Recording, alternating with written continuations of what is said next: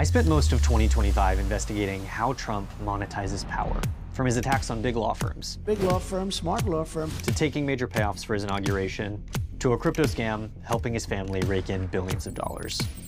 Every time I think I'm done with these stories, I get pulled back in. Today, I want to show you one of the most important and least understood mechanisms that he uses to do it. It involves these gold things on Trump's desk.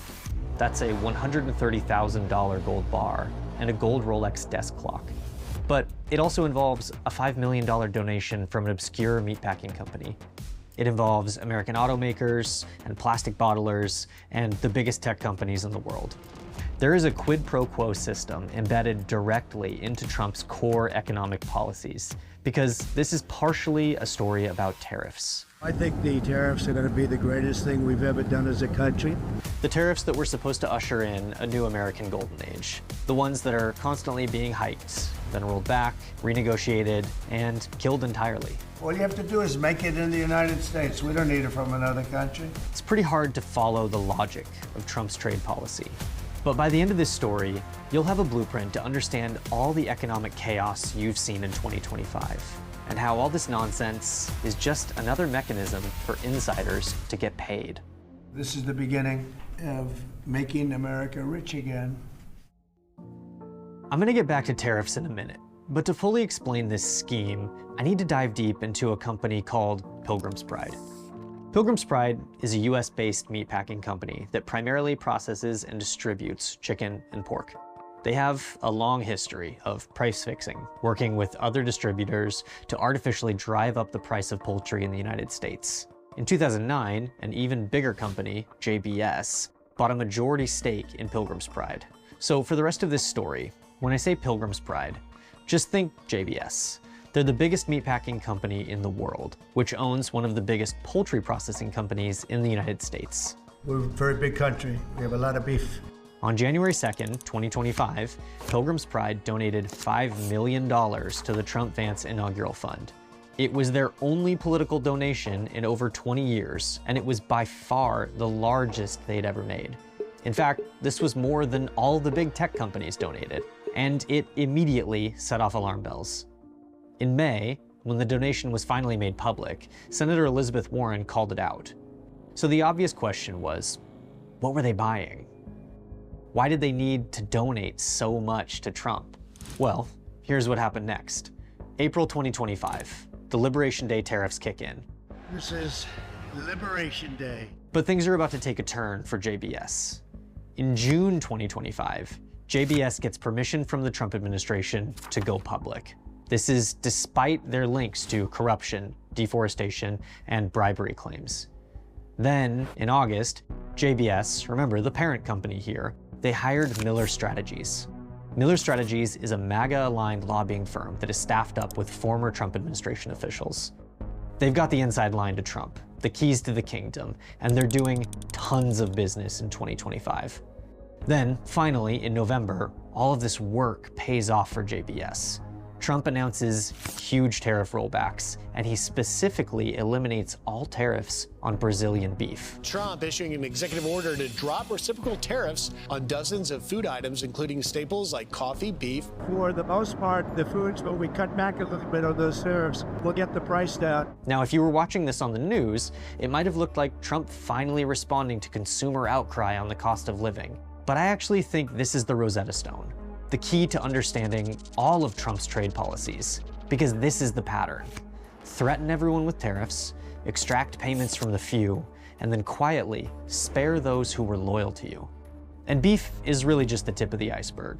So who else is buying US trade policy, and what are they getting? We'll be talking about other subjects like cars. Cars is going to be a very big one. Once you know the pattern, you really can't stop seeing it. Industries with concentrated power and political access get their exemptions. Everyone else gets uncertainty. Look at automakers, for example. I'm giving them a little bit of a break, right? It's called a little flexibility. When Trump took office, even before Liberation Day, he immediately started threatening tariffs. Canada, Mexico, steel, aluminum. Places and products that are very important for making cars. Then a blanket 25% Liberation Day tariff on imported car parts threatened to ruin them. It's 25% without exceptions or exemptions, And that's all countries, no matter where it comes from, all countries. Even for cars that are assembled in the United States, a lot of the parts are shipped to auto plants in the US from other countries, meaning they were facing huge cost increases on almost every part. But the big automakers had already bought their insurance. The Ford people I know very well, what they're doing is negotiating with us. Ford and GM were both major Trump-Vance inaugural donors. They gave $1 million each and loaned the administration cars for celebrations. They bent the knee. So on April 2nd, Trump announced exemptions for US automakers, dropping the tariffs on most of their parts and their raw materials. Ford has really been a leader. They've done a great job. Liberation Day also came for big tech, just like everybody else. The sweeping tariffs would mean huge cost increases for these tech giants, who import almost all of their silicon computer chips from places like Taiwan and South Korea. But like the automakers, big tech had bought their insurance too.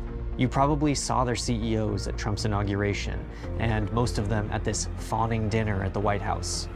Well, thanks for hosting us. I mean, this is quite a group to get together.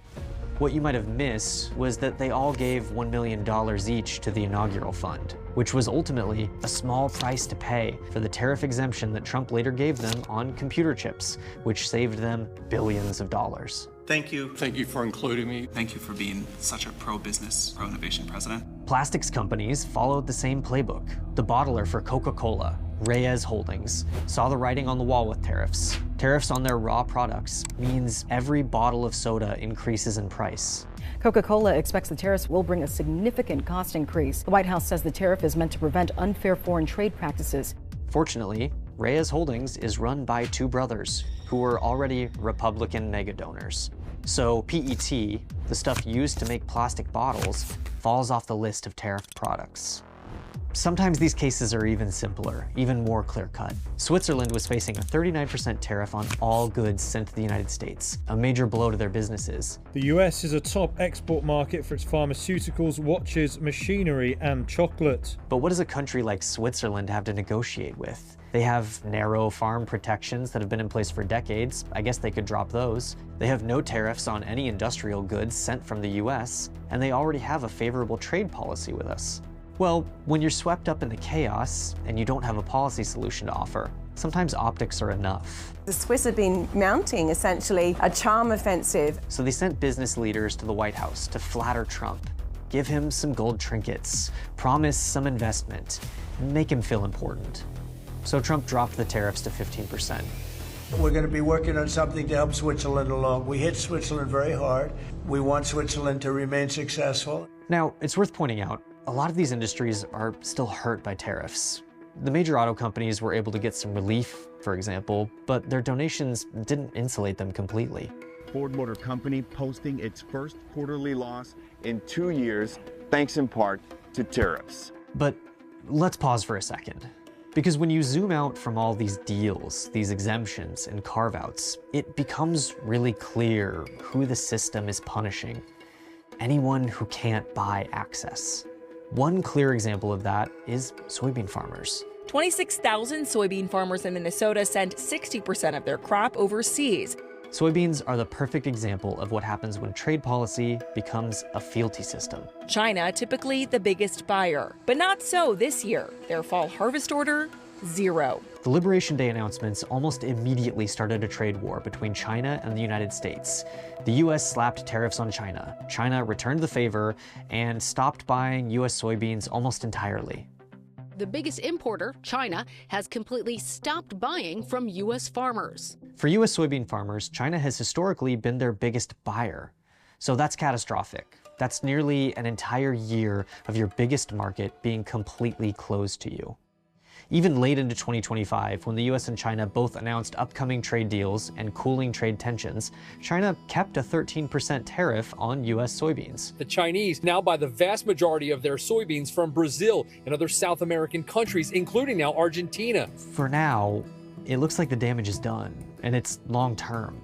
Chinese buyers are looking elsewhere, primarily to Brazil, who saw their soybean exports jump 64%. But soybean farmers, they didn't make a multi-million-dollar inaugural donation. They don't have the kind of leverage that this system rewards. Their trade association, they've been openly critical of the tariffs.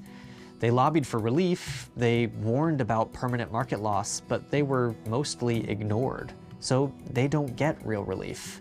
There's no carve-out for them, no exemption is coming. Don't listen to what they say, watch what they do. It's that simple.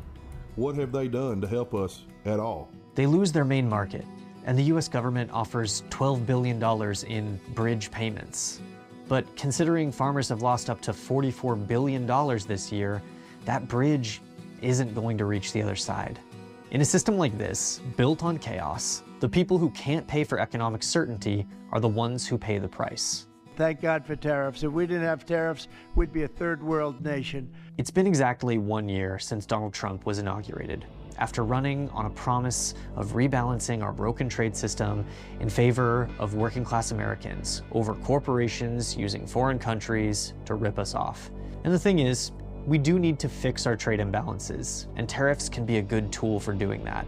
My favorite word is tariff. But looking at this story, it's clear that he never intended for a serious approach to tariffs. So the question we should be asking ourselves is, what was his goal?